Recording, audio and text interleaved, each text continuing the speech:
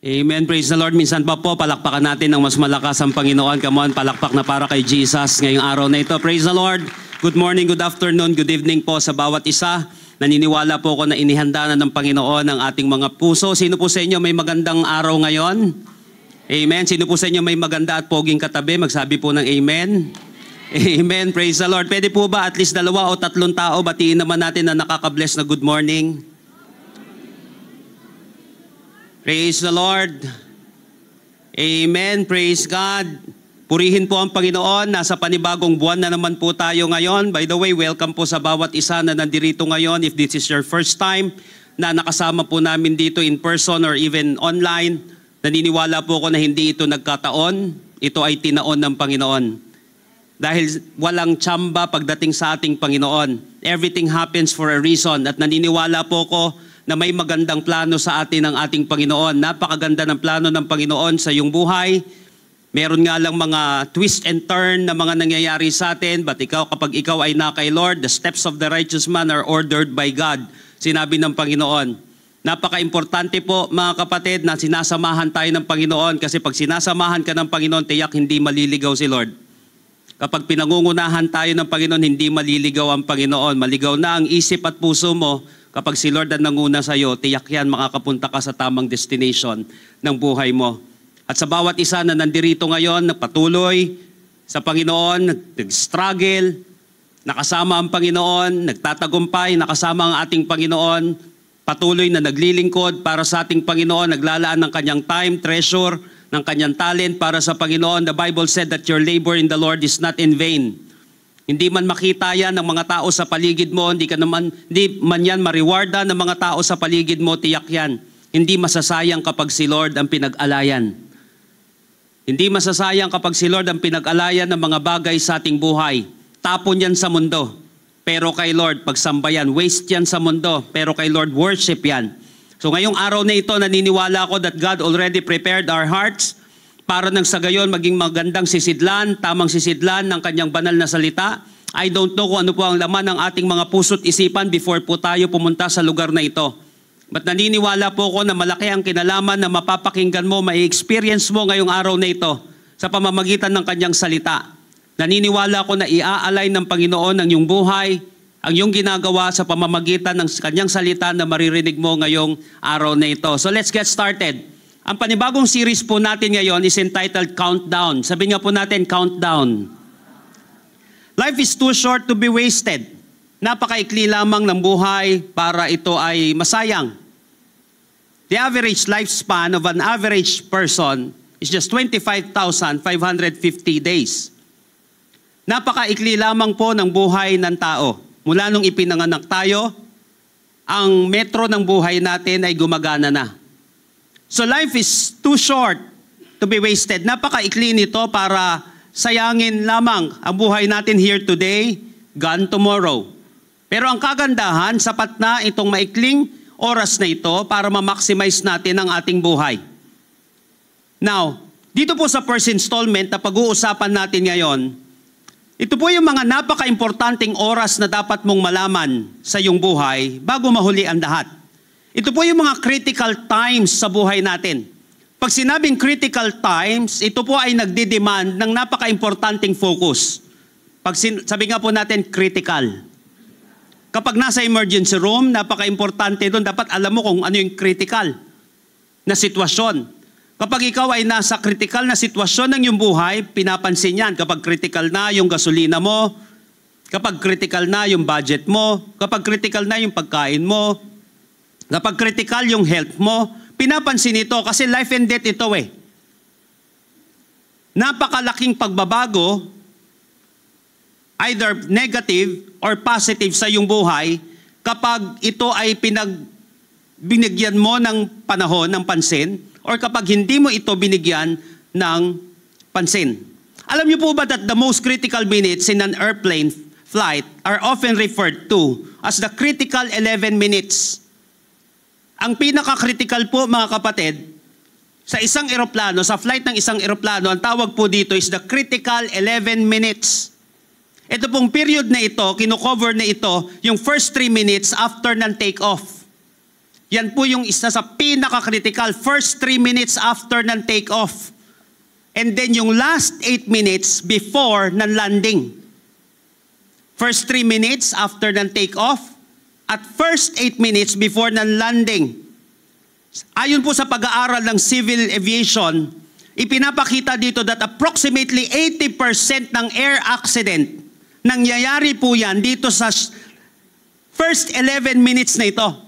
Sa critical 11 minutes, majority, in fact, 80% ng accident, nangyayari po ito 3 minutes after the take-off at yung 8 minutes before ng landing.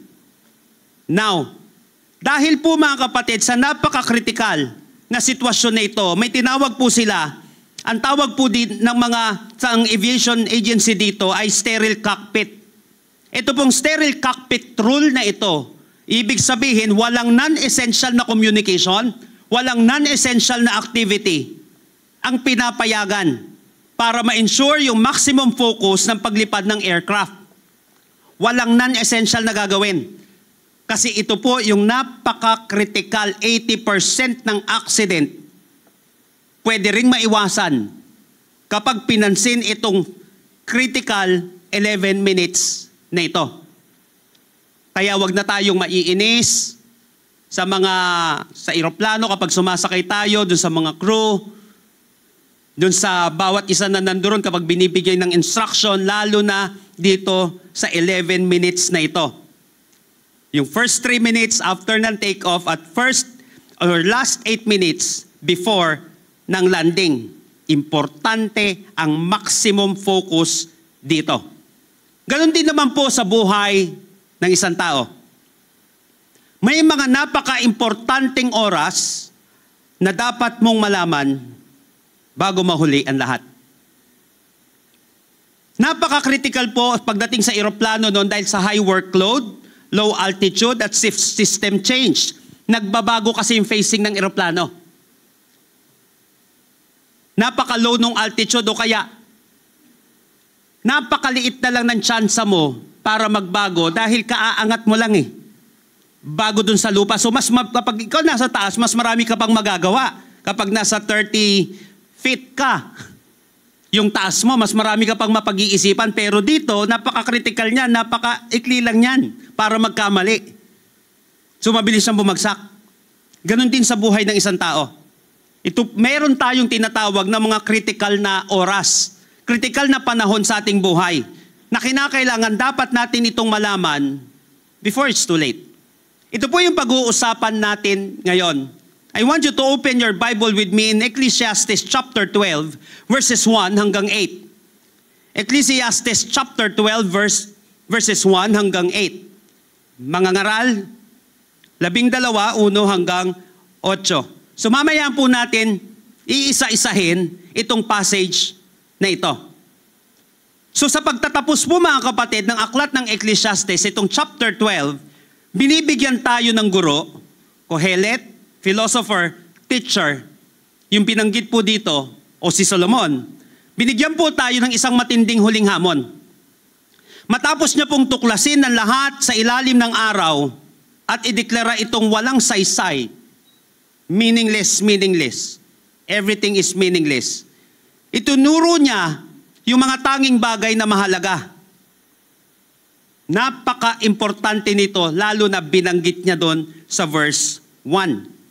Kaya mamaya po pag-uusapan natin ito, sabi niya sa verse 1, alalahanin mo ang lumikha sa iyo sa mga araw ng iyong kabataan bago dumating ang masasamang araw at sumapit ang mga taon na iyong sasabihin, wala akong kaligayahan sa mga ito. Remember your Creator in the days of your youth, before the evil days come, and the years draw near, of which you will say, I have no pleasure in them. Napaka-critical. Pinag-aralan niya ang lahat. Makikita natin yon sa umpisa pa lang, chapter 1 pa lang ng Ecclesiastes. Napakatalino nitong taong ito. Itong nakita ko Pinag-aralan niya daw ang lahat. Di ba binigyan siya ni Lord ng talino? It doesn't mean pala, binigyan ka ni Lord, magiging passive ka na lang. Si Solomon, binigyan ng talino, pero kinakailangan kumilos siya, mag-aral siya. para ma-develop yon. Yung ibinigay na yon ng ating Panginoon.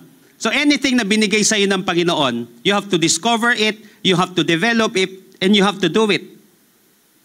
Hindi pwedeng tumulala lang. I-discover natin siya, de-develop natin siya, at gagawin natin siya. Maniwala ka. Sinabi ko nga, napaka-importante nito, napaka-crucial nito sa buhay ng isang tao. Now, loaded siya ng mga bagay na yon, fame, pleasure, wealth, halos nasa kanya na ang lahat. Dinagdagan niya pa ng bisyo. Tinadtad niya ng bisyo. Nag-load siya na nag-load sa kanyang buhay. Pero may napaka-importanting conclusion siya. Kaya nga naalam ni Solomon kung ano yung mga critical na oras sa isang tao. Natutunan niya. Hindi mo na kinakailangan sumablay pa ng sandamakmak na sablay para lang matuto sa buhay. Ito yung laging sinasabi sa akin ng nanay at tatay ko. Hindi mo na kinakailangan maranasan na naranasan ng iba. Matuto ka na lang, gawin mo silang salamin sa buhay mo. Ito yung sinasabi natin. If you want to succeed in life, you must know this skill. You must know how to recognize pattern. Tignan mo yung pattern ng mga failure. Tignan mo rin yung pattern ng mga successful. Dahil ang mundong ito, kahit ang Panginoon, naglagay na yan ng pattern. Naglagay yan ng pattern dito sa ating mundo, naglagay yan ng pattern sa buhay ng isang tao. May pattern of this world, may pattern that we gave you na dapat sundin, sabi ni Apostle Paul. Kaya nga po mga kapatid, nung makita niya ito, pag-aaralan natin ngayon, yung mga napaka-importante, napaka-critical na oras sa buhay ng isang tao. And we must know them before it's too late. So join me in our message today entitled 3 Critical Times of Life. 3 critical times of life. Know them now before it's too late. Lahat po ng ready at excited na matuto at mabago, mapagpala ngayong araw na ito, magsabi nga po ng malakas na amen. Number 1. In verse 1. Sabi dito, alalahanin mo ang lumikha sa iyo sa mga araw ng iyong kabataan. Bago dumating ang masasamang araw at sumapit ang mga taon na iyong sasabihin, wala akong kaligayahan sa mga ito. Remember your Creator in the days of your youth before the evil days come and the years draw near of which you will say, I have no pleasure in them. Unang kritikal na panahon na mga oras sa iyong buhay, number 1 is the best time. Sabi nga po natin, best time. Ito po yung oras ng pag-alala. Ito po yung best, pinaka-best na oras ng isang tao. Ito po yung pinaka-critical. May worst time ang isang tao, may best time ang isang tao. Kaya nga, napaka-importante po mga kapatid, if you want to maximize your life, your treasure, everything, pati buhay natin, if you want to live above average, don't just manage your time. Hindi lang time management ang labanan ngayon na tuklasan ng mga eksperto. Ang tawag dito ay energy management. Ang problema kasi sa tao, alam niya yung importante sa buhay niya. Halimbawa, nag-goal setting tayo dito, malapit na po, yung iba nagpa-planning na ngayon. Yung iba nag-strategic planning na. Ngayon, para sa company nila, and even sa church natin, susunod na natin, magpa-planning na tayo ng November at December. Neto para sa susunod na taon. So, nagpaplano tayo ngayon, alam na natin kung ano yung mga importante sa buhay. Ang problema, alam yung importante, ang binibigay na oras doon, latak-latak. Halimbawa, importanteng, ito yung pinaka make or break na buhay niya. Kaya lang nagpuyat siya na nagpuyat kanonood.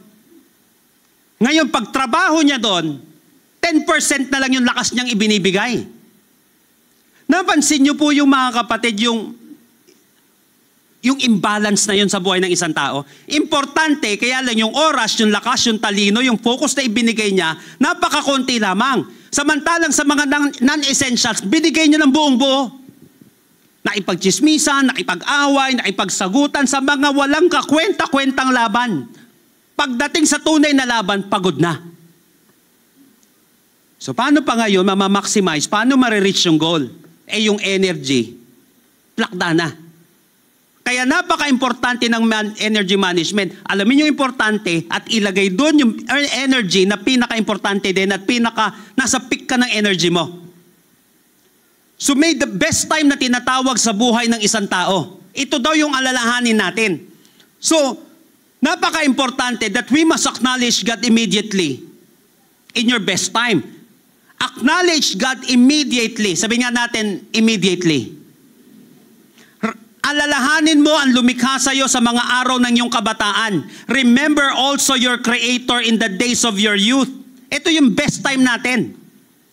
I-acknowledge na natin yung Creator natin immediately habang malakas ka pa. Habang malakas ka pa. Importanteng ma-acknowledge na natin ito. Ang ibig sabihin po dito sa Hebrew ng acknowledge is the Hebrew word sakar. Yung remember dito, hindi po simple ito. Ibig sabihin, markahan mo na si Lord. I-recognize mo na si Lord yung Creator mo habang malakas ka pa. Habang nakakapag-isip ka pa ng maayos, itong zakar na ito to mark, i-recognize mo na si Lord. Remember your Creator in the days of your youth. Why? Kapag hindi natin na-recognize yung Creator natin, halimbawa, may sira yung buhay natin, lahat po tayo may sira. Tingnan mo yung katabi mo. Lahat tayo may defect. Lahat ng tao ay may kanya-kanyang defect at may kanya-kanyang panahon na kung saan nadadamage yung kanyang buhay. Ito critical ngayon. Kanino ka lalapit sa panahon na wasak puso mo? Lalapit ka ngayon sa mga tao. Yung taong nilapitan mo, isa ring sisira sa'yo. Isa ring may defect. Paglapit mo sa kanya, wala rin akong magawa, magsiraan na lang tayo ng buhay. O kaya hindi rin naman alam ang gagawin. Yung iba naman nagdudunong-dunungan. Kunyari, kayang imekaniko yung buhay mo. Di ako bubuo ng buhay mo. Sigurado ka? Kamagalala ako, aayos ng buhay mo. Tanong, siya ba yung lumikha sa'yo? Bakit doon ka nagpapaayos? Ang pinakamagandang umayos sa gadget na ito, hindi yung gumagamit lang. Yung manufacturer. Ang pinaka-the best gumawa dito. Alam nila kasi sila lumikha dyan. Sa damage ng buhay mo at sa damage ng buhay ko, ang pinaka-the best na lalapitan natin at aayos sa atin, walang iba kundi yung Creator natin. That's why hindi nahihibang si Lord nung sinabi niya, love the Lord your God with all your heart, with all your mind, with all your strength, with all your soul. Seek ye first the kingdom of God and His righteousness, and all these things shall be added unto you. Hindi nahihibang si Lord. Hindi makasarili ang Panginoon. Sadyang alam lang ni Lord na wala nang ibang makakaayos sa'yo at makakapagpasaya sa'yo, kundi yung tunay na lumikha sa'yo. Yun ang the best na pwede mong gawin. Lumapit ka sa manlilikha mo. Amen? Come on, praise the Lord. Acknowledge God immediately in your life. Habang kaya pa natin. Habang kaya pa nating alalahanin siya, yung lumikha sa atin. Habang kaya mo pa, gawin mo na ito. Kaya nga yung paglo-launch ng rocket, bago pumunta sa outer space, ibinibigay niyan yung pinakamatinding fuel, yung pinakamatinding lakas. Ibinibigay diyan para umangat siya kaysa sa pangkaraniwan. Ganon din sa isang tao. Remember your Creator. Yung youth po dito, hindi simpleng kabataan ito. Why? Hindi lang naman kabataan ang kausap niya dito, hindi ito Book of Proverbs, Ecclesiastes to. Ito yung pinakahuling libro na sinulat ni Solomon nung nilimbag niya. Nung bata pa si Solomon, ang pinakamatinding na sulat niya, Song of Solomon. Kaya napakarubdob ng mga linyahan doon. Pero nasa peak siya ng career, sinulat niya yung Book of Proverbs. Napakatindi ng wisdom. Pero ito kakaiba. Hindi lang success ang pinag-uusapan dito. Significance na. Ito yung natuklasan ng mga matatagumpay. Don't just seek success. Seek significance. Because at the end of the day, ay, yari dito. O ano ngayon, may 1 billion ako. Ano ngayon, may 1 million ako. Kaya masaya. There's something missing in my life. Why? Yung buhay hindi significant. Kaya sa isang rocket, binubuhos niya yung kanyang lakas sa panahon na malakas pa siya. Titignan niya yung best time na yon. Doon niya alalahanin mo si Lord. Alalahanin mo ang lumikha sa'yo sa mga araw ng iyong kabataan. Ang ibig sabihin nito, days of your youth is days of your strength. Bago dumating ang masamang araw, mamaya papaliwanag ko po yung evil days na yan.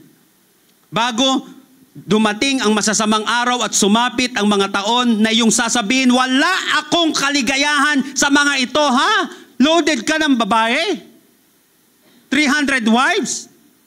700 concubines? Ang daming ginto, ang daming pilak, ang tindi ng glory, tapos sasabihin mo, meaningless. Ibabayo mo sa mga tao, darating ang panahon, wala nang saysay ang lahat ng yan. Galing. Di na natin kailangan pagdaanan. Yung pinagdaanan niya, sinabi na ng matalinong tao to. Pansinin mo yung best time mo. Huwag nating ibigay sa Panginoon yung kakarampot, yung tira-tirang buhay natin. Kasi baka dumating ang panahon, wala nang saysay mabuhay. Wala nang saysay ang mga ito. Ika nga, huwag mag-build ng relasyon sa Diyos sa paglubog ng araw. I-build mo ito pagsikat ng araw. Habang malakas pa tayo, habang kaya mo pang magtaas ng kamay para sa Panginoon, habang kaya mo pang lumuhod kay Lord, umawit sa Panginoon, magbigay ng oras sa Panginoon, nakakatayo ka pa, gawin mo na. Habang kaya pa. Alam ko may mahal ka sa buhay na kung saan hindi na kaya. Even my mother, napapanood niya ngayong araw na to. Isa siya sa nagsimula dito sa Trinoma ng kids ministry natin. Nakasama natin sa pagsisimula ng gawain pero ngayon hindi na siya makatayo. She was 73. Tatay ko noong nakaraan, naglalakas-lakasan pa. Naayos yung tindahan ng kapatid ko. Hirap na rin pumukpok eh. Napapanood niya rin to ngayon. Nakuha po natin, but thank God, before nangyari yung panahon na yun, yung susunod na point natin eh. Rest assured ako na naibigay nila yung pick nila para sa Panginoon. Naalala ang Panginoon, nabigay hindi yung latak-latak para kay Lord. Isa sa pinakamasaya, very fulfilling na buhay sa buhay ng isang tao. Bigay mo yung best time mo sa Kanya. Ikaw man din, di ba, masaya ka kapag hindi yung latak ang binibigay mo sa mahal mo sa buhay. Hindi tira-tira. Eh di lalo si Lord. Ibang klase. Magkakaroon ka ng sense of fulfillment. Alam mo, hindi kulang ang buhay mo. Hindi magkakaroon ng regret ang buhay mo. Remember your Creator in the days of your youth. Paano ito may kulang pa ako? Paano ito may sira pa ang buhay ko? Yun nga ang sisti. Kasi may kulang tayo, may sira tayo, empty tayo. Huwag kang lalapit kung sino-sino. Huwag sa kung sino-sino tayo lalapit, lumapit ka sa lumikha sa'yo. Dahil si Lord ang may kakayahan na umayos sa buhay mo. If you're broken right now, if you're restless right now, kung nasa critical din na sitwasyon ka ng iyong buhay, ito ang best time para lumapit ka sa Kanya. Bakit? Nakakatayo ka pa. Kaya mo pang mag-umpisa ulit. Kaya nga para sa mga kabataan na nandirito, mas bata pa. Ito yung best time na ibigay mo yung buhay mo sa Panginoon, paglilingkod mo sa Panginoon. Ito yung best time na mag-risk ka na mag-risk. Huwag ka matakot. Why? You still have luxury of time to fail. Habang nandyan pa yung magulang mo nasasalo sa'yo kapag wala ka ng pambayad ng tubig, ng kuryente. Habang may katuwang ka pa nagbabayad ng bahay. Be courageous. Bigay mo yung oras mo dito, yung buhay mo, bigay mo na ng buo. Bigay mo na kay Lord. Sabi mo nga sa katabi mo, bigay mo na kay Lord. Remember your Creator in the days of your youth. remember, tapos yung Creator, napaka-importante nun. Alalahanin mo ang gumawa sa'yo habang malakas ka pa. Habang kaya mo pa. Yan yung best time mo. Pansinin mo maigi yan. Lahat ng nagtatagumpay, hindi pinapabayaan yung best time na yan. Doon nila inaalala. Ano bang dapat kong gawin? Ano bang tama na dapat kong gawin? Sinabi na ni Solomon, remember your Creator. Sinabi niya, nung minsan ko lang napakinggan to when I was 18 years old, hindi ko na sinayang. That's why sinabi, bilis mo naman nagawa yan. Yung iba nagtataka sa akin eh. Yung nare-reach ng mga 60 years old, na-reach ko na when I was 25 years old. Why? Kasi nung marinig ko to, hindi ko na sinayang buhay ko. Nag-struggle ako, marami akong struggle sa buhay until now. At hindi pwedeng mawala sa eksena si Lord sa buhay ko. Ito kasi yung best time ko. Kasi darating yung susunod. Ano yon? Verses 2 hanggang 5. Tignan niyo po. Remember him before the light of the sun, moon, and stars is dim to your old eyes. And rain clouds continually darken your sky. Remember him before your legs, the guards of your house start to tremble. And before your shoulders, the strong men stoop. Remember him before your teeth. Your few remaining servants stop grinding. And before your eyes, the women looking through the windows see dimly. Remember him, verse 4. Before the door to life's opportunities is closed, and the sound of work fades.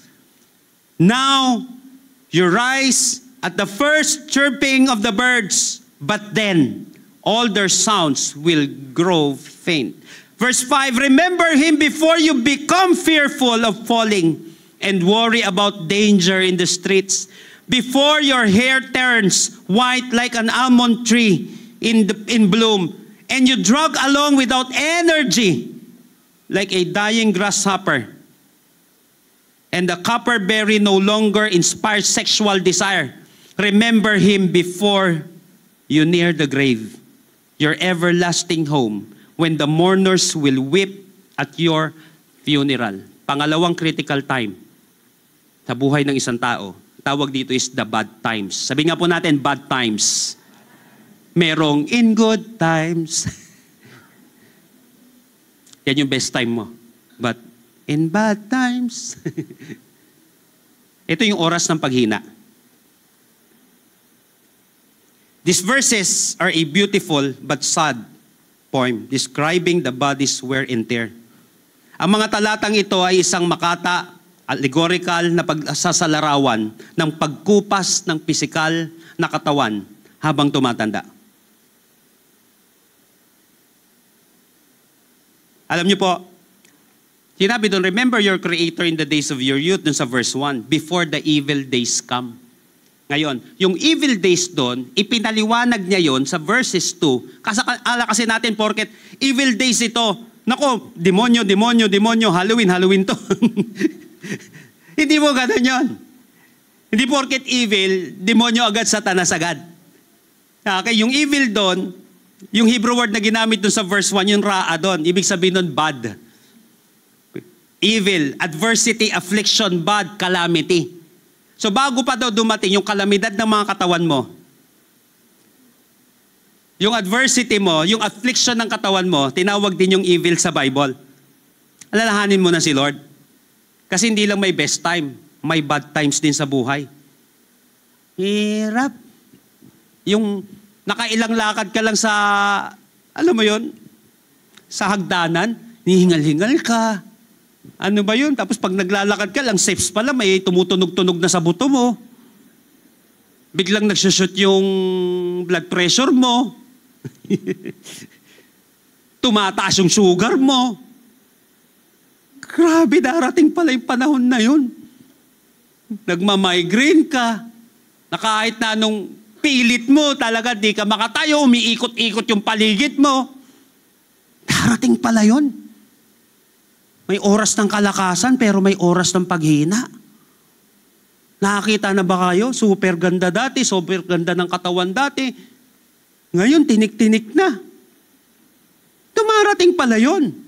So you have to, nakita natin kanina, you have to acknowledge your Creator. You have to acknowledge God. Immediately. Sa panahon ng best time mo. But dito sa passage na ito, you have to anticipate your bad times. Kaya nga, ang ganda nito, sabi nga po natin, anticipate. So yung verses 2, 3, 4, 5, sa 4 na verses dito, 6 times binanggit yung remember Him before. Remember Him before, remember Him before, remember Him before, remember Him before. So kinakailangan pala, ang isang matalinong tao, ma-anticipate mo yung best times mo sa buhay. Pero kinakailangan, ma-anticipate mo yung bad times na to. Darating ang panahon ng panghihina. Darating ang panahon na kung saan hindi mo na kayang gawin yung gagawin mo dati. So it means before pa dumating yung fading and failing natin, yung fading and failing na season ng iyong buhay, alalahanin mo na si Lord. Lumapit na tayo sa Kanya at sumunod na tayo sa Kanya. Tandaan, ang bad times darating sa lahat. Hindi mo ito mapipigilan. Kahit na ilang ching-chang-su ang ilagay natin sa mukha natin. Kahit na anong cream ang ilagay mo dyan, kahit na anong isaksak natin sa mukha natin, remember that you cannot hold back the process of aging. Kahit na sinong pinakamayaman, hindi niya na mapipigilan to. Darating at darating. Yes, you can manage it. Hindi masamang magpaayos ng mukha, magpaganda ng mukha. Siyempre, alagaan mo rin naman yan, binigay sa'yo ni Lord yan. Nakuha po natin, pero darating din talaga ang oras. Hindi mo na mapigilan, wala ka nang mabatak sa mga balat mo. Hindi na mabatak lahat. Kahit na anong inom, darating talaga. So ang pangkalahatang mensahe dito, darating ang panahon na ang kaligayahan, kaginhawaan, kalakasan ay lilipas sa pisikal na karupukan. Parang yung bahay natin. Hindi habang buhay malakas ang struktura ng isang bahay. So kinakailangan yung iba after 50 years, i-demolish na yan, gigibain yan, or magre-restructure. O kaya dadagyan ng mga panibagong pundasyon yung mga bahay na yon. Darating yung bad times. Yung katabi mo ngayon, malakas pa yan. Pero darating ang panahon, hindi na makatakbo. Yung boses, hindi na maibirit ng matindi. Kaya mo pang bumirit para kay Lord ngayon. Gawin mo na para kay Lord. Bigay mo na yan kay Lord. Yung lakad mong yan, yung hininga mong yan, bigay mo na yan kay Lord ngayon habang kaya pa. Kaya naman yung, saka ka lang, alam mo yun, bibigay mo okay naman yun. Basta bigay mo, kay Lord pa rin yan, habang humihinga ka pa. Pero yung sa panahon ng peak ng lakas mo, ng boses mo, ng kakayahan mo, inalay mo kay Lord, ang sarap mabuhay. Walang regret. Parang ganito, pagdating sa parenting, lagi ko po binabanggit ito, meron tinatawag na attachment stage, saka detachment stage sa mga anak natin. Habang bata pa yan, iwasan mo yung detachment stage. Paglapit sa'yo ng lapit, sige kahit na busy ka, lapitan mo, yakapin mo. Dahil darating ang panahon, di na ako magbabanggit ng mga pangalan ngayon na lumalabas sa social media. Ang sinabi nila kung maibabalik ko lang. Sana binigyan ko yung anak ko ng oras. Kasi kahit na bilihin mo pa yan minsan, may detachment stage na season sa tao. Na kailangan niyang mag-detach dahil sa trabaho, kailangan niyang mag-detach dahil umiidad siya, kailangan niyang mag-detach dahil sa karir niya, kailangan niyang mag-detach dahil may relationship siyang papasukin, at may buhay siyang papasukin, at may bagong mundo siyang papasukin. Kaya habang nandoon tayo sa season ng attachment, lakaran mo yung attachment stage na yon. Habang kaya mong yakapin, habang yumayakap pa sa'yo, Kaya yung anak ko minsan, di ba, pag lumalabas, sabit ng sabit sa pako, ang daming sasabitan. Sabitan mo nga yung mga katabi mo muna dyan. Kung kailan may kausap, sabit ng sabit. Minsan, nag-aaral ako, bigla kang lalapitan. Kaya lang pag minsan napipika ka, lalo na nagkakram ako, ang dami ko, napipressure ako, biglang lalapit, kakausapin ako, naalala ko yon. Oy, attachment stage. Darating ang panahon, kahit gusto mong yakapin, wala. Kain naman tayo, busy, may date. Kaya busy sa trabaho, tapos malulungkot na lang tayo. Sana pala binigay ko sa kanya yung oras na yon. Kasi kahit napilitin mo, you cannot hold it back. Technique, anticipate mo yon. Anticipate natin yung mga bagay na yun. Lamang ka na pag marunong ka mag-anticipate. Napansin mo, pattern na naman. May pattern na malakas ka, may panahon na malakas ka, may panahon na manghihina. Kapag marunong kang magbasa niyan. Kaya nung nagsiset up ng kingdom si David, hindi lang puro mighty men ang kinuha niya. Isang tao kayang tapusin yung 1,000, isang tao 1:1,000, 1:100, yung mga mighty men, 1:800, mighty men of David. Pero hindi lang yon. Kumuha siya ng sons of Issachar. They know the times and they know what to do. Marunong bumasa. Yun yung training ko nung siguro 2 years ago dun sa Europe about leadership. Forecasting. Hindi lang siya hula-hula. Pag nag-forecast ka, ibig sabihin may nagtanong sa'yo, mas mabilis mong pag-iisipan kaysa sa pangkaraniwan, di ka nanguhula. Kasi pinag-aralan mo yung oras, pinag-aralan mo yung trend. Hindi lang ako umiikot dito sa 4 corners ng church. Malawak yung network ko sa ibang bansa, nagtatanong ako, nag-aaral ako para may nagtanong sa akin, mas mabilis ko na ibibigay yon. Yung ibibigay ng ibang tao na information, sa loob ng 10 taon, kaya kong ibigay sa loob ng 10 minuto. Na-forecast mo, alam mo yung trend. Kaya importante yon yung mga visionaries sa isang organization. Para hindi siya limited. Alam yung gagawin, agile. Mabilis pero alam yung gagawin. Hindi yung mabilis pero hindi alam yung gagawin. Magkaiba siya. Importante yung agility. Ganun din sa buhay ng tao. Anticipate natin yon. Pag marunong ka mag-anticipate, bumasa nun, mag-recognize ng mga patterns na yon, lamang ka na and you will dominate. Hindi natin pagsisisihan yung buhay natin. Sabi nga po natin, bad times. Bago dumating yan. Kung tayo'y matanda na, sana'y di tayo magbago. Magbabago pero kahit maputi na ang buhok, ang kagandahan, ito. Magbabago ang panahon, pero hindi ang Panginoon. Magbago ang lakas natin, hindi magbabago si Lord. So sa panahon na malakas tayo, inangkla natin yung buhay natin kay Lord. Magbago na ang lakas nanto. Magbago na yung pag-iisip natin. Doon ka kumapit sa hindi nagbabago. Because Jesus is the same yesterday, today, and forever. Last but not the least, ito ang ganda nito. Verses 6 hanggang 7. In the end. Sabi nga po natin, the end. In the end, the valuable jar will break. The water pot will break. The rope and the well will break.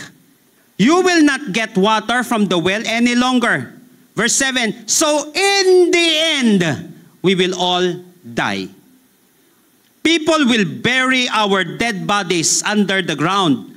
Our spirits will return to God. Pangatlong kritikal na panahon o na oras sa buhay ng isang tao is the break time. Sabi nga po natin, break time. Ilang beses binanggit doon yung break, break, break. Bakit? May breaking time na tinatawag. May end na tinatawag. Pero pag sinabing break, siyempre may susunod pa yan. Next na pag-uusapan natin yon dito sa series natin. In the end, ito yung huling yugto, ito yung kamatayan. Ito yung oras ng paglisan. Para may kanta nun na, at sa iyong paglisan, ang tanging pabaon ko ay Jollibee o McDonald. Darating yung panahon ng paglisan. Itong break time na ito. Ito yung huling yugto ng buhay ng isang tao. So ang talata po ay gumamit ng malilinaw na metaphors. Sisidlan ng tubig o kaya yung break, yung rope, water pot na binanggit dito. Darating ang panahon, wala na nun. Wala na yung mga bagay na yan. At pagdating sa verse 7, mapapansin natin sa verse 7, yung pinaka-critical. Ito yung paghihiwalay ng dalawang bahagi ng tao. Ang alabok ay magbabalik sa lupa, ang espiritu ay magbabalik sa Diyos na nagbigay nito. Yung alabok, di ba, ang tao ay composed ng body, soul, and spirit. Babalik yung alabok dito sa lupa. Tapos yung spirit, babalik daw kay Lord. Ito, critical din ito. Konting trivia lang. Marami po mga pastors at mga preachers na napakikinggan ko na matagal na even hindi sa mga kultong simbahan even sa evangelical na churches. Akala nila, porket nabasa nila ito, yung spirit daw babalik kay Lord, lahat ng spirit babalik kay Lord, kay spirit ng masama. O di sinabi ko, yung 1/3 na punta sa langit. Kahit walang relasyon kay Lord, mapupunta sa langit. Hindi yan ang ibig sabihin nito. Kasi kung yung verse na yan ang binasa mo, talaga kala mo babalik lahat kay Lord. Tama naman. Pero kung babasahin natin, dito sa passage na ito, yung verse 12, yung panghuling mga verses dito sa chapter 12 ng Ecclesiastes, bakit babalik? For judgment. Kaya lalapat po ito dun sa Hebrews 9:27. For it is appointed man to die once, and after that, judgment. Sabi nga po natin judgment. Mabuti man daw o masama, dito sa chapter 12, sa mga last verses niya, ipagsusulit natin sa Diyos. Haharap kay Lord ang tao for judgment. Kaya napaka-importante nitong break time na ito. Hindi lang tayo basta-basta dito magtatapos. Ang alabok ay magbabalik sa lupa. Kaya nga lahat ng yung katawang panlupa natin, manghihina talaga yan. Mawawala talaga yan. Sino po sa inyo dinalaw na? Ay, di ba? Dumalaw ka pala. Sa sementeryo. Dinalaw na. Sino kaya yung dumalaw? Madalas yung dumadalaw, masamang spirito Ginagaya yung mahal natin sa buhay para hindi ka makalaya. Pilit na twist yung salita ng Panginoon. Tinatakot ang mga tao. Alam niyo po yun mga kapatid, pero darating ang end ng buhay ng isang tao. Itong katawan ng yan, maniwala ka kapatid. Siyang mga inalagaan mong yan na balat at buhok. Tignan mo katabi mo, di ba? Ang ganda, di ba? Bulaga. Ayun. Di ba? Wala nang problema yan. Kaya lang darating din ang panahon, in the end, the valuable jar will break. Kahit nagaano ka-valuable, ang katawan natin, alagaan naman natin yan dahil binigay sa atin yan ni Lord. Best time, di ba? Malakas ka, pansinin mo naman yung katawan na binigay sa iyo ni Lord. Ayusin mo, i-maximize natin. But kahit na anong pilit mo, hindi lang bad times break time darating dyan. Kasi yung bad times, yung panghihina, nakakasingit-singit ka pa ng konti Sama ako ngayon, kaya ko pang maglakad. Pero punta tayo ng church. Lang, sakit ang balakang ko, di ko na talaga kaya. Nababaklas yung buto ko kapag naglalakad ako. Naiiwan yung kalahati ng katawan ko. Tapos sa susunod, pwede na naman ulit ako. Napansin natin, panda-pandap siya. Okay lang yon. Bakit? Darating talaga yon. Kaya nga habang malakas pa tayo, dito may mga may edad na tayo dito. May mga katropa ako dito, mga 80 years old, 70 years old Niyaya pa ako mag-jogging minsan Mahira yan. Pero minsan sumasakit din yung, alam mo yun, kung ano-ano. Sabi ko, okay pa po ba kayo dyan? Yung kagabi, kausap ko, paakyat siya, 68 yata years old, pumunta doon sa main campus. Kaya niyo po ba maglakad? Kaya ko pa yan. Nakaya pa nga. Yung iba dito, kaya nyo pa po bang magkape? Kaya pa daw. Mas malakas pa sa akin uminom yata ng kape. Kaya pa, pero minsan talaga di na kaya. Okay lang yung dumarating na tanggapin na natin yon. Wag mong maliitin sarili mo dahil parte yan ng buhay natin. Pero sana habang malakas pa, alalahanin mo na si Lord na lumikha sa'yo. Kasi darating din yung break time.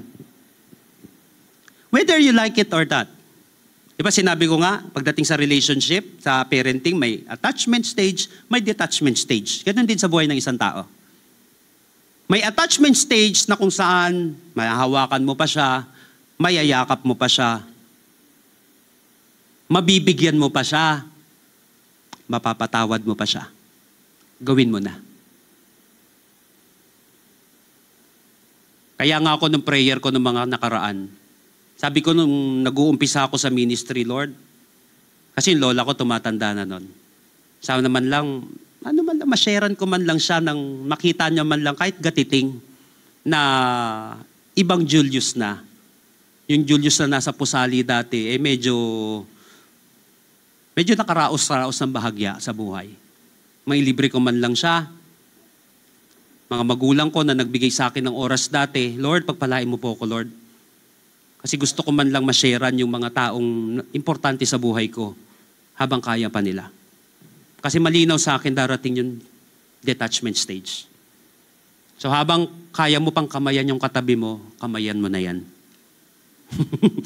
Habang kaya mo pang encourage yan, habang kaya mo pang ilibre, libre mo na. Why pag sumikat yan, hindi mo na rin makikita yan, maniwala ka. Ang hirap appointment. Ang hirap, kaya habang kaya pa, para maalala ka man lang, mag-invest ka na sa kanya. Kasi tiyak yan, magtatagumpay yan sa buhay. Para pag nagtagumpay niya, maalala ka man lang ng bahagya. Pero darating ang panahon sa buhay ng isang tao, mawawala na tayo. Kaya habang nandito pa tayo, mag-create din tayo ng magagandang memory sa ating kapwa. At higit sa lahat, sa ating Panginoon. Tandaan, walang second chance para baguhin ang destinasyon kapag nakarating ka na sa daungan. Wala na. Hindi na natin mababago yon. Ito wisdom dyan. Aminin mo na darating yung panahon na yon. Pag inamin mo, makinig maigi dito, alam mong may end sa buhay ng isang tao. Alam mo ba? Ito wisdom dyan. Karamihan ng mga may ganitong mindset, listen to this very carefully. Doon siya nagtagumpay. Bakit? Inalam ko lang na may ending, doon ako magtatagumpay, tama. Ang pinakamatitinding breakthrough sa buhay ng isang tao, specifically, halimbawa, kay Steve Jobs, sabi niya ganon, nung nagsalita siya sa Stanford University, sa pinakasikat na speech niya, sabi niya ganon, ang pinakamatinding pangyari sa buhay ko nung malaman ko na mamamatay na ako. Nung nalaman niya na may taning na yung buhay niya, minaximize niya na yung buhay niya. Hindi niya na sinayang. Kasi kapag alam mo na may ending ka, hindi mo sasayangin yung buhay mo. Doon lumabas yung mga iPhone ninyo. Yung mga gamit natin na nandirito. Doon lumabas. Kaya nga, sabi ng salmista, teach me to number my days aright. Sinabi, so that I may gain a heart of wisdom. Turuan mo ko, Panginoon, na bilangin ang buhay ko para mas maging matalino ko. Kapag alam mo, kapatid, na darating yung bad times and even darating yung break time sa buhay mo, ang pira, sabi ko, sandali na lang to, lalagay ko pa ba dito sa kalokohan to? Kahit na minsan tinitempa ko, lalagay ko pa ba sa kalokohan to? May ending sa buhay ng isang tao. Pag end na. Last 2 minutes. Sige ba dito, last 2 minutes na. Hindi natin alam kung kailan din darating si Lord. Dahil alam kong may ending. Ma-maximize ko tong oras ko ngayon. Hindi ko nasasayangin to. Kaya habang may time ka, kapatid, na mag-create ng impact dito sa mundong ito, habang may time ka na mag-create ng impact sa buhay ng isang tao, at habang may panahon pa tayo sa mundong ito, para ibigay yung buhay natin sa Panginoon, do it. Dahil darating ang oras, wala nang oras. Darating ang oras, tapos na. Ang kagandahan dito, pag marunong kang makita yon, bago pa dumating yon, matalino ka na. Hindi mo na nasayang ang buhay mo. Ito yung wisdom dyan. Subukan po natin mga kapatid pag bulay-bulayan to. Tignan mo, mag-iiba yung pakiramdam mo. Hindi ka matatakot eh. Hindi ka matatakot sa ending. Why? Alam mo may ending eh. Alam mo may ending, kaya bibigay ko na maayos tong buhay ko.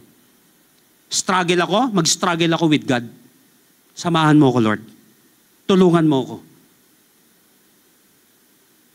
sa journey na ito ng aking buhay. At dito nag-end sa verse 8, yung text natin ngayon. Anong sabi dun sa verse 8? Tignan niyo po. And I will end with this. Meaningless, meaningless. Sabi nga po natin, meaningless. Meaningless, meaningless, says the teacher. Everything is meaningless. Teka lang. Loaded, 300 wives, 700 concubines, meaningless. Akala ko porket loaded ka, masaya ka. Hindi. Napuno po ako ng galit sa pamilya ko. Specifically sa tatay ko. Konti sa buong pamilya ko, bakit kami mahirap? Bakit wala akong pantuition? Bakit dumadating ang panahon, kalahating lata lang ng bigas meron kami, magkakapatid, maghahati-hati kami sa pagkain? Bakit yung mga kasama namin may laruan sila? Bakit yung mga pinsan ko may ganito, kami wala? Bakit ganito yung bahay namin, yung buhay namin? Bakit parang impyerno bahay namin? At ganito yung mga magugulang ko. So ginawa ko, dahil wala naman ma-load sa akin ng pamilya ko, niloadan ko yung sarili ko ng mundo. Dahil feeling ko weak ako, kaya ginalingan ko pagdating sa fraternity. I think may mga ka-brad ako ngayon na napapakinggan ko. Nakaka ko ngayon. Yung mga kaibigan ko mga Muslim, mga kaibigan ko mga rugby boy sa Tandang Sora. Dati kaaway, naging kaibigan ko, ginalingan ko mag-recruit. Kasi gusto ko marami kaibigan. Gusto ko marami akong backup kahit saan ako mapunta. Niloadan ko ng mga bagay-bagay na akala ko makakapagpasaya sa akin, makakapag-fulfill sa akin. But at the end of the day, parang kulang yung buhay ko. Lasing naman ako, ba't parang kulang? Lango naman ako dito, ba't parang wasak-wasak yung buhay ko? Akala ko ba ito bubuo ng buhay ko? Bakit wala naman? Meaningless! Meaningless! Says the teacher. Everything in me is meaningless. Alam niyo po sa Hebrew, ang ibig sabihin niyan, empty. Vanity. Teka lang, niloadan mo tapos empty. Bakit? Ang pinaka-purpose ng Book of Ecclesiastes, bakit meaningless? Kasi apart from God, life is meaningless. There is a God-shaped vacuum in every human heart that only God can fill. You set eternity in my heart. Sabi ng Bible, na kapag wala si Lord, dyan sa buhay na yan, laging empty yung buhay natin, laging kulang. Kahit na anong gawin ng tao, empty lagi yan kung wala si Lord. Kaya kung ikaw, nasa iyo si Lord, hindi worthless ang buhay mo. FYI lang kapatid, kapag kasama mo si Lord, hindi ka kawawa. Ikaw ay kahanga-hanga. Ikaw yung tunay na may buhay na ganap at kasaya-saya.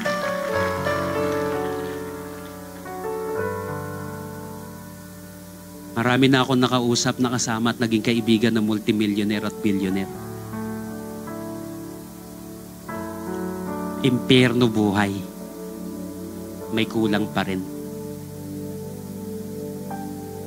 Kumikita ng 3 milyon araw-araw. 1 milyon araw-araw. Kalahating milyon araw-araw.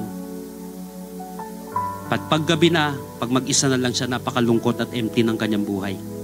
Solomon, meaningless, meaningless, empty. Bakit? Wala si Lord. Ito ang pinaka-pwede mong gawin sa buhay. Alalahanin mo na si Lord. Lahat po tayo tumayo sa presensya ng ating Panginoon. Babalik po ako mga kapatid dun sa verse 1. Banggitin ko lang. Alam niyo po, nung binabasa ko yung iba't ibang mga versions dito sa passage na ito, napansin ko, doon sa mga literal versions, especially pagdating sa King James Version, di ko na po nailagay dyan. Sinabi doon, sa King James Version, verse 1, yun kasi yung flow doon sa Hebrew language. Kaya nilagay ito sa literal. Ano nakalagay doon? Remember now thy Creator in the days of your youth. While the evil days come not, nor the years draw nigh, when thou shalt say, I have no pleasure in them. Remember now thy Creator. Remember now. Sabihin nga po natin now. Pag sinabing now, now. Yung susunod kasi doon, your Creator. Ang i-prioritize mo sa buhay mo, halimbawa, wasak yung buhay natin, malungkot yung buhay natin. Pag nagkamali tayo ng priority, halimbawa, ano ba tong now natin? May lakas ka pa. Or maybe, may problema ka. May sira yung buhay natin. Crucial yung susunod. Sino yung lalapitan mo sa now mo? Anong gagawin mo sa now mo? Sinabi dito, remember now thy Creator. Sige na, wasak na kung wasak. Nagkamali na kung nagkamali. Nadumihan na ako, nadumihan, nawasak na kung nawasak. Binaboy na ng mundo kung binaboy ng mundo. Ang importante, lalapit ako sa may likha sa akin. Kung winasak ng mundo ito, si Lord naman ang lumikha sa akin. Kaya kong ayusin ni Lord. Sa mundo, ire-repair ka lang. Kay Lord, bubuin ka. Remember now your Creator. Sa panahon na kulang tayo, wasak tayo, dun ka sa gumawa sa'yo. Crucial ang now. So let God fill the days of your youth.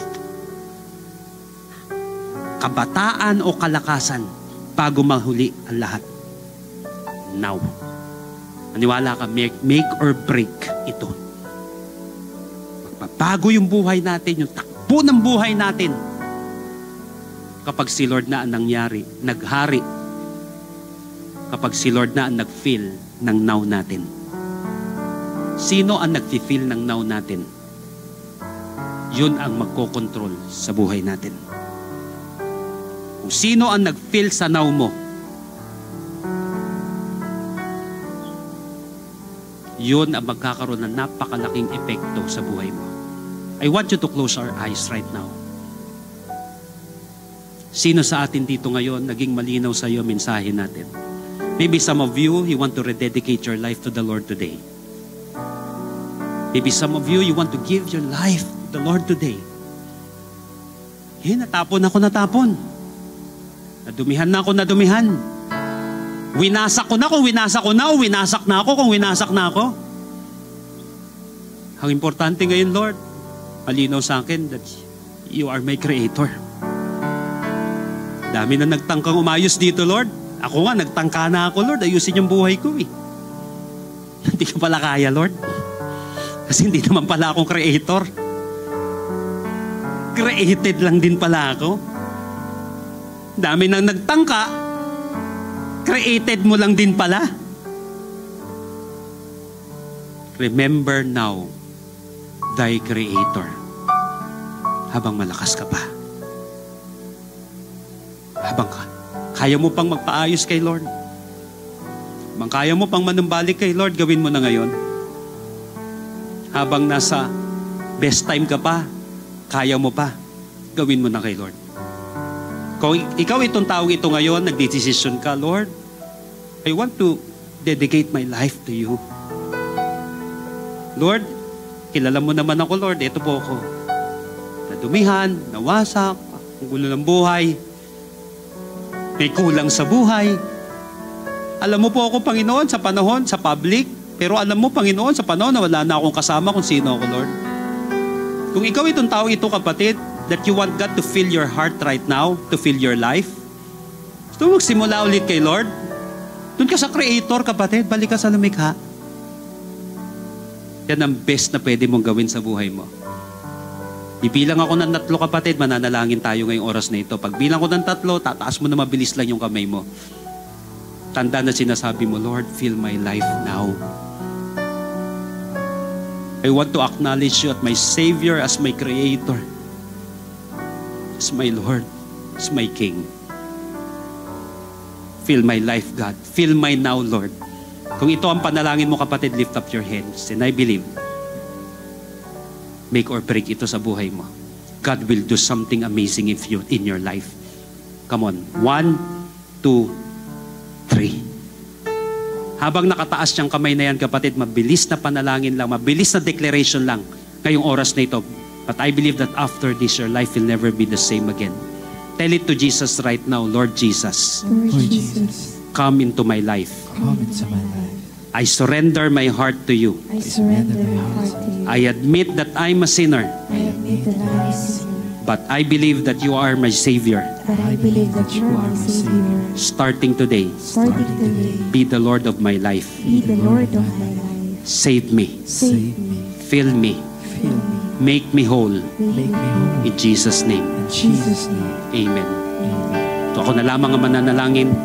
Salamat, Panginoon, sa bawat isa na naalala ka ngayong araw na ito bilang kanyang manlilikha, bilang kanyang Panginoon. I pray, God, that you fill this hole right now. Yung emptiness ng kanyang buhay ay punuin mo po, Panginoon. Ibalik mo, Panginoon, yung sigla. Ibalik mo, Panginoon, yung vision sa kanyang buhay. Ibalik mo, Panginoon, yung pagmamahal. Ibalik mo, Panginoon, yung puso sa kanya. Lord, muli siyang mabubuhay para sa iyo.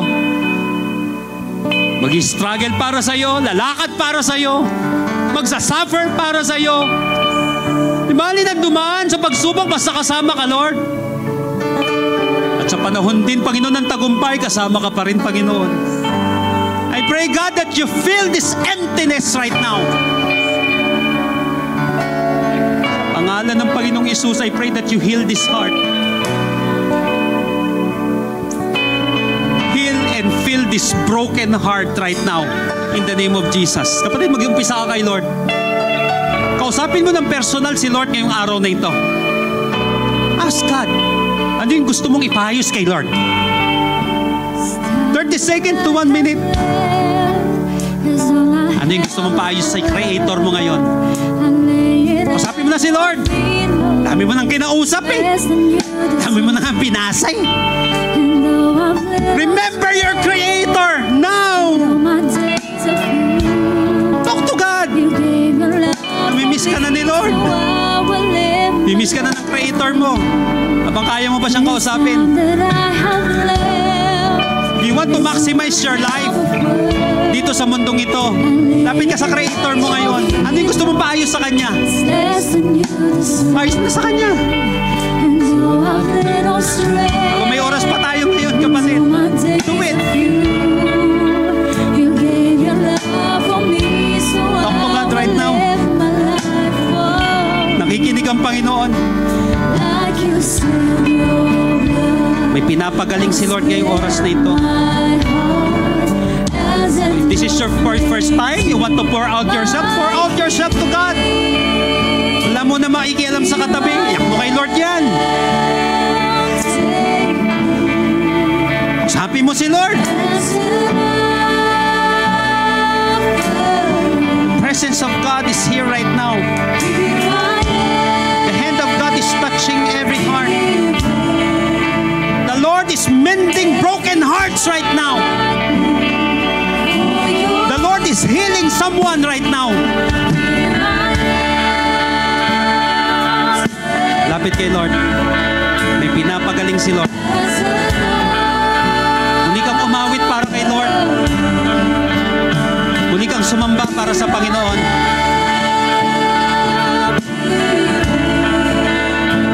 I want you to sing the second stanza of this song right now. Lahat tayo, kantahin natin ito ngayong oras na ito. Make it your personal anthem to the Lord. is all I have.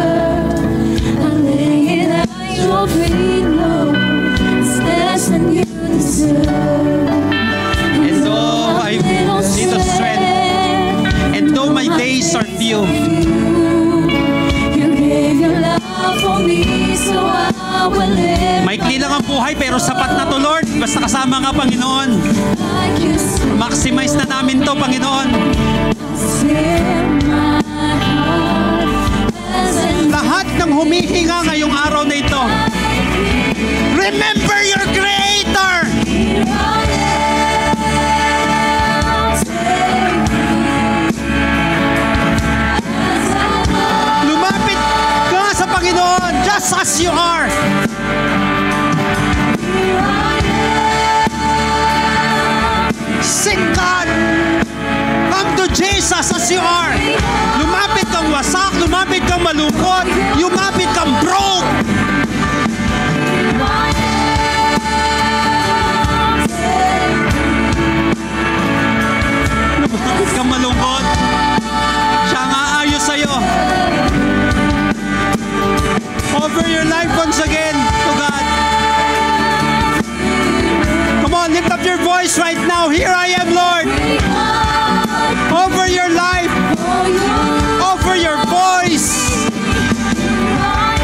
Here I am, God. Ang kamay ng Panginoon ay kumakilos sa ating kalagitnaan ngayong araw na ito. Sa mga nanunumbalik kay Lord, masaya si Lord ngayon. May binabagong puso at binabagong buhay ang ating Panginoon. Every heartbeat for your glory, God.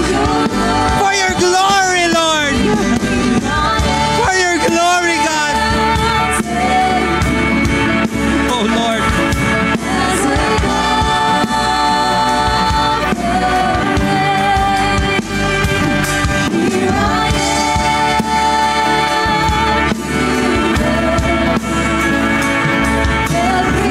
Every heartbeat. Oh, you love me. Take me. Can you just lift up your hands right now para sa Panginoon? Taas natin ang ating mga kamay sa ating Panginoon ngayong oras na ito. Father, in the name of Jesus, as our hands lifted high, we declare that we worship you alone. We acknowledge you as our Creator. Lord, kayo po ang lumikha ng katawan na ito, ng buhay na ito. Kayo rin po, Panginoon, may kakayahan na magpagaling. Father in heaven, I speak, God, for healing right now. I pray, God, for miracle sa buhay ng iyong nilikha. I speak, God, for peace which transcends all understanding. I pray, God, for vision that comes from you, Lord. Bigyan mo po ng pangitain. Fill your people right now with wisdom, knowledge, and understanding in the name of Jesus. Fill our hearts with love. Fill us, God, with faith and hope in the name of Jesus. Salamat po, Panginoon. People of God, alalahanin mo ang lumikha sa iyo sa mga araw ng iyong kabataan, kalakasan. Bago dumating ang masasamang araw at sumapit ang mga taon na iyong sasabihin, wala akong kaligayahan sa mga ito. Lord, ikaw po ang aming kaligayahan. Magbago man ang panahon, hindi ikaw aming Panginoon. Salamat po. Sa iyo po kami sasandal. Sa iyo po kami aasa. Ina-acknowledge po namin itong mga seasons na ito ng buhay. Yung mga times na ito ng buhay. But we also acknowledge you, God, na ikaw po ang Panginoon sa bawat season ng buhay namin. Salamat po sa kaligtasan. Salamat sa kagalingan. Salamat sa kapayapaan na ipinagkaloob niyo po sa amin. Kaya marapat lamang na sa iyo po namin ibigay ang aming pinakamataas na papurit pagsamba. Dahil ikaw po ang nararapat na tumanggap nito, wala nang iba. Ito po ang aming panalangin sa pangalan ni Jesus. Lahat po'y magsabi ng malakas na Amen and Amen. Malakas na palakpak para sa ating Creator, para sa ating Diyos ngayong araw na ito. Praise the Lord. God bless you. Hallelujah. Amen. Sabihin mo nga sa katabi mo, this time is, it's time. Sabihin mo nga. Ayan, it's time. So kanina po, time po nating makinig. Time po natin na kumain food spiritually. So this time, it's time for us to give. Ayan, sabi nga kanina ang first point natin is best time. So therefore, hanggat may time pa po tayo to give generously, tayo po ay magtatanim. Alam nyo po, ang ating pong Amazing Hope Main Campus, meron po yung 13 services every week. Yan po ay physical, tsaka online na ginagawa po yung mga services natin. Pero alam nyo po, ang service po natin ay nagsimula lang naman po siya sa isa. 2, 3, 4, hanggang, alam mo yon, dumami at naniniwala pa po ako, padami po ng padami. At alam nyo po ang isang malaking bagay, bakit po lumago ang ating gawain, dahil po isa po kayo doon. Parte po tayo doon. Bakit? Nandyan po kayo para suportahan at maging generous sa ating mga gawain. Lagi ko nga po sinasabi, kung nakikita nyo po itong mga equipments natin, bakit every week meron tayo mga services sa Trinoma? Kasi hindi lang naman po yan kaya ng isang tao para bayaran yung rent na meron tayo. Pero dahil nandyan ka, nandito tayo, patuloy tayong nagiging generous sa gawain ng Panginoon, kaya naman na ibibigay natin yung best service. Sabi mo nga, best service. Diba? Yung best service, paganda ng paganda yung gawain natin, palago ng palago yung gawain natin, yung mga ginagamit po natin, nagle-level up po siya. Bakit? Dahil merong isang ikaw na nagiging generous sa gawain na ito. Kaya naniniwala po ako na ngayong araw na to, dahil naging generous si Lord sa word, sa mga turo niya sa atin ngayong araw na to, mas magiging generous po tayo. Alam niyo po, ang ating online, ang dami po niyang inaabot. Dito po sa loob at labas ng bansa. Maybe yung iba sa atin galing sa online. 'Di ba? Maybe yung iba po sa atin dahil napanood mo yung online natin. Siguro kung walang materials na nagamit para makapag-online, hindi po tayo magpapatuloy sa gawain. Amen ba? Yung katabi mo, nung una, baka nandyan lang yan sa labas, pero nakita niya dahil maganda ang gawain, maganda yung nangyayari dito, at maganda po yung mga gamit na ginagamit po natin, kaya po siya nagpatuloy. The point is, kaya po gumaganda ang ating gawain dahil merong isang ikaw na nag-ambag para magkaroon ng best service.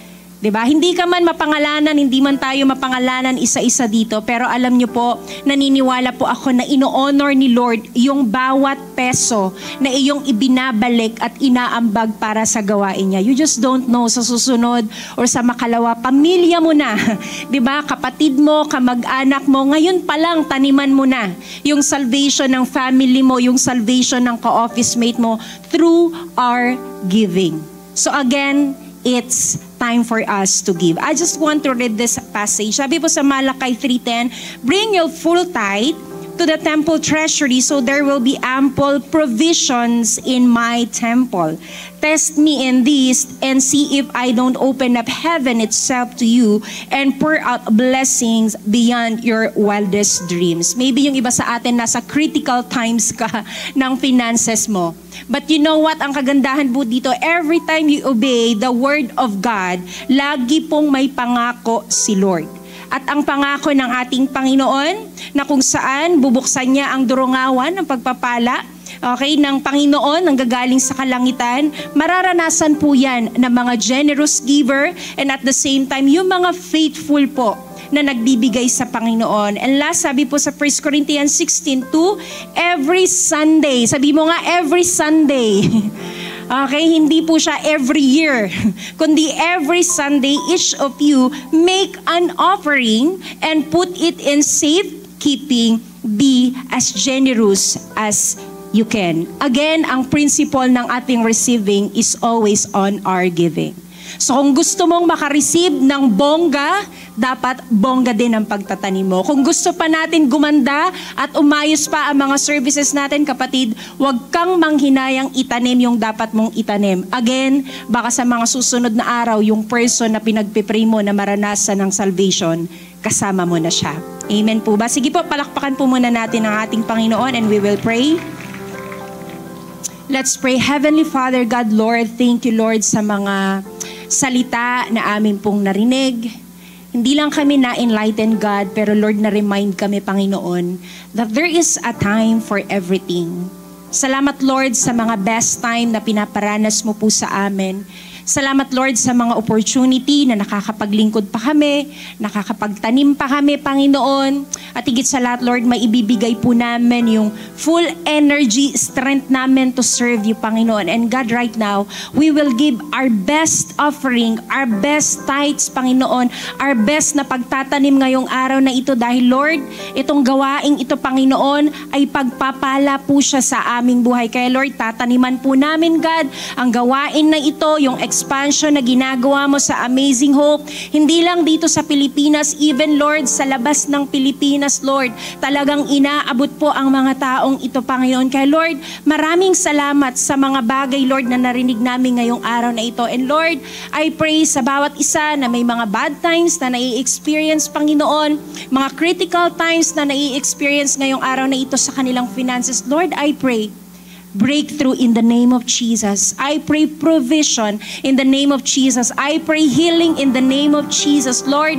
I pray for restoration and salvation of their families in the name of Jesus. At naniniwala ako, Panginoon, na bawat itinatanim namin, Panginoon, ng may kagalakan, nakikita mo to, ino-honor mo ito, Panginoon, at Lord, hindi ka lang nagbabalik, pero napakagaling mong magsukli. Madalas, Lord, ay sobra pa. Kaya Lord, maraming salamat po sa lahat po, Panginoon, ng Amazing Hope people, Lord, na magtatanim at excited, Lord, na makita pa ang bunga ng kanilang pagtatanim sa gawain na ito. We thank you, Lord. We honor you, Father. In Jesus' mighty name we pray. Amen and amen. Sige po, magbibigay na po tayo ng may kagalakan.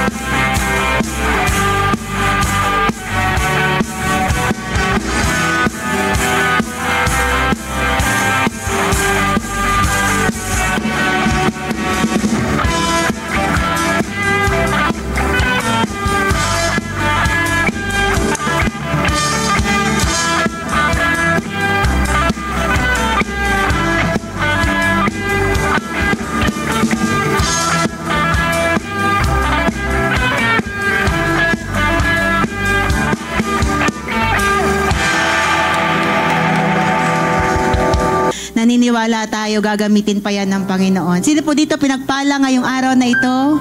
Amen. Pwede bang pumalakpak na malakas sa Panginoon ngayon? Pag malinaw sa'yo, you have been blessed by God. Alam mo yon, na hindi mo yung makukuha kahit saan eh. Kahit ano pang gawin mo sa buhay, hindi mo makukuha yung ganyang klase ng blessing. Kay Lord lang talaga, deserving ang Panginoon ng papurit pagsamba. Amen po ba? Once again, palakpakan po natin ang ating Panginoon. Tayo po ay tatayo sa araw na ito, if you may. And at least 2 tao, sabihin mo sa kanya, dahil blessed ka ngayon, sabihin mo sa kanya, God bless you more. Declare mo yan sa kanya with power, with conviction, na ninanais mo, Lord, gusto ko talaga mabless pa tong katabi ko. Mabless pa kaming lahat. Bakit ka be-blessed ng Panginoon? For you to become a blessing to other people. Magiging daluyan ka ng pagpapala, ng pagmamahal, ng kagalingan, ng salvation ng Panginoon. Kaya niya tayo inaayos, kaya niya tayo kinakausap, kasi gusto niya din na gamitin po tayong lahat. And I know we are going to leave this place not empty-handed, but we are going to leave this place na kung saan ikaw ay naka-receive ng Panginoon at yung na-receive mo sa Panginoon ay ipapasa mo lang sa iba. Sabi mo sa katabi mo, i-share mo siya. Share po natin si Jesus. Once again, if you may, we can close our eyes right now. And bago po ako mag-closing prayer, I just want you to open your mouth right now and begin to thank the Lord for everything that He has done today. Pasalamatan mo ang Panginoon sa lahat ng kanyang kabutihan, sa pagbubuo niya sa iyo, sa kagalingan, sa pagtawag niya sa iyo, pagre-revive niya ngayon sa iyo. For letting you know kung gaano ka-importante yung buhay na binigay niya sa'yo. For letting you know that you have a time here on earth na hindi mo kailangang sayangin. For giving you the purpose, the reason for living. Father God, ikaw ang dahilan ng lahat. Wala na pong iba. Kung bakit namin gustong i-glorify ka, kung bakit namin, Panginoon, gustong ibuhay ng tama ang buhay na ito, it is all because of you, Jesus. Salamat po, Panginoon. Lalabas kami ng lugar na to, God. Pinagpala mo po. Minahal mo. Binuo mo, Panginoon, for us to become a blessing as well. Dalayan ko po, Panginoon, na sa bawat lugar pa po na aming pupuntahan sa araw na ito and for the rest of this week, sa bawat tao na aming pong kakausapin, God, sa araw na to and for the rest of this week, God, may we share you, God, to them. Dalangin ko, Panginoon, maging daluyan kami, Panginoon, so that other people will also know na may Diyos na kaya pang magbago ng buhay, na may Diyos na kaya pang magbago ng destinasyon ng buhay namin, na hindi namin kailangan tanggapin na papunta na kami, Panginoon, sa impyerno o papunta na kami, Panginoon, sa failure, kasi may Diyos na kaya kaming pagtagumpayin. Marami pong salamat, Panginoon, because you're gonna use us as your vessel, God. Salamat po, and I pray that you continue to bless your people. Protektahan mo po ang bawat isa. Gabayan mo po ang bawat isa. Let your favor be upon your people, God. If you may, you can raise your hand once again. Receive this benediction from the book of Numbers. When you say, I receive, I want you to believe na yung sasabihin mong pagre-receive ay mangyayari sa iyong buhay. Amazing people of God, may the Lord bless you and take care of you. I receive. May the Lord be kind and gracious to you. I receive. And may the Lord look on you with favor and give you peace. I receive. Father, we receive all these things in the mighty name of Jesus. And everybody will sing aloud. Amen. Amen. God bless everyone. See you next Sunday. Maybe I didn't know what living is. The love before someone living it. Do I live in it? So astounding. Love is an ocean, you can drown. The sweet embrace of love, the taste of taste and see among the grace of place to be. It means I don't love it on, bro. I'm cool in the cold in the half of the weather. Never ever understand in my man and the hands of great dance. Stand with faith and the life never know no touch. Still so much clutch, bro. I'm like, what's the dream? What's the hope? What's the downfall? I need to know it. This is living. The life been given us a gift. I live it today. So what's the dream? What's the hope? What's the downfall? I need to know it. This is living. The life been given us a gift. I live it today.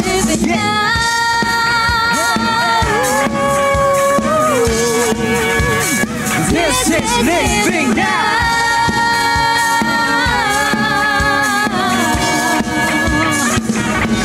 You take me higher than I've been before.